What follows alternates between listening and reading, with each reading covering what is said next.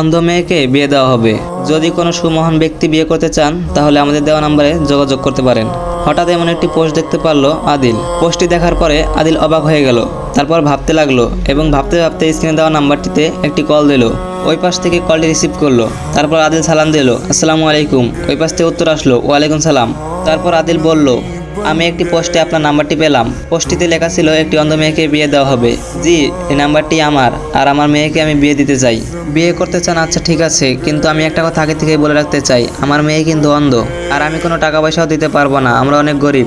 এই কথা শোনার পরে আদিল বলল, আমার কোনো টাকা পয়সা লাগবে না। তারপর ওই পাশ থেকে মেয়েটির বাবা বলল, তোমার মা বাবার সাথে ভালো করে কথা বলে নাও, যাতে পরবর্তীতে কোনো সমস্যা না হয়। তারপর আদিল বলল, আমার মা বাবা নেই, আর আমার মা বাবাকে সেটাও আমি জানি না। ছোটবেলায় একটা মহিলা আমাকে কুড়িয়ে পায় এবং সে আমাকে বড় করেছে। কিছুদিন আগে মহিলাটিও মারা গেছে। এখন আমার আর কেউ নেই, আর বর্তমানে আমি ইঞ্জিনিয়ারিং লাইনে পড়াশোনা করতেছি। আমি একটা কথা বলতে পারি, আমি আপনার মেয়েকে কখনো কষ্ট দিব না। এই কথাটি শোনার পর মেয়েটির বাবা বলল, তুমি ডিমলা চলে আসো।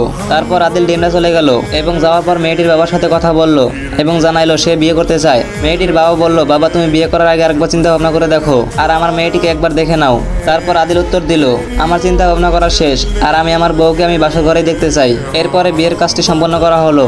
বিয়ের কাজ সম্পন্ন করার পরে আদিল দেখতে পারলো মেয়েটি একাই হাঁটতে পারতেছে। তারপর আদিল মেয়েটির বাবাকে বলল, আপনার মেয়ে তো দেখতে পারে, আমাকে কেন মিথ্যা কথা বললেন এবং আমাকে কেন ঠকাইলেন? এই কথা শোনার পর মেয়েটির বাবা বলল, আমি তোমাকে মিথ্যা কথা বলেছি এটা সত্য, কিন্তু এর পিছনে একটা কারণ আছে। আমার মেয়ে 7 বছর বয়সের পর থেকে কোনো পরপুরুষের মুখ দেখেনি, শুধু আমাকে ছাড়া সবসময় পর্দা করে চলতো। তারপর আমি আমার মেয়েকে বললাম আমি তোকে বিয়ে দিতে চাই, কিন্তু ভালো পাত্র কোথায় পাই? তারপর আমার মেয়ে বলল যে তুমি এরকম করে একটা পোস্ট করো, আর এই পোস্টটি করার পর অনেকেই কল করেছিল, কিন্তু তারা অনেক টাকা ডিমান্ড করেছে, আর তুমি একমাত্র মানুষ যে কোনো টাকা চাওনি। আমার মনে হয়েছে তুমি সেই সৎ ব্যক্তি যে কোনো স্বার্থ ছাড়াই আমার মেয়েকে বিয়ে করবে। এরপর তন্নি বলে উঠলো, আর একটা কথা বলাই হয়নি, মেয়েটির নাম ছিল তন্নি। প্রথমে মেয়েটি সালাম দিয়ে বলল, প্রিয় স্বামী আমাদেরকে মাফ করে দিবেন।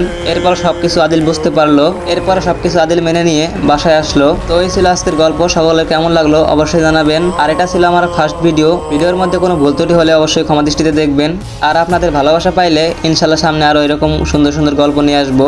অবশ্যই কেমন লাগলো কমেন্টে জানাতে ভুলবেন না।